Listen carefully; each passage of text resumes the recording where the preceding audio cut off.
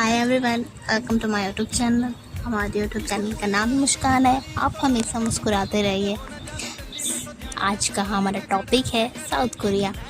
South Korea का 70% part mountains है।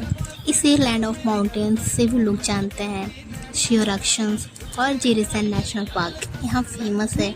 आसमान में पूरे लाल पीले फूल हो जाते हैं। अगर आप वहाँ जाएंगे तो इसके पिक्चर को अपना वॉलपेपर बना लोगे।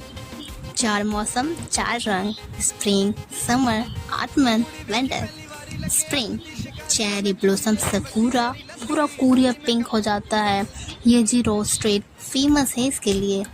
समर हरियाली बीचेस, जेजू आइलैंड्स पे volcano, waterfalls, black sand beach सब है।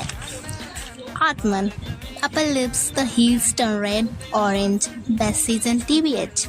Winter, snow everywhere, great for skiing. Nami Islands looks like a Kirama set when it snows. Jeju Islands is a mini paradise. Hellas and volcano, lava tubes, and those stone grandpa statues. Bamboo forest in Damyang. They literally whistle when the wind blows.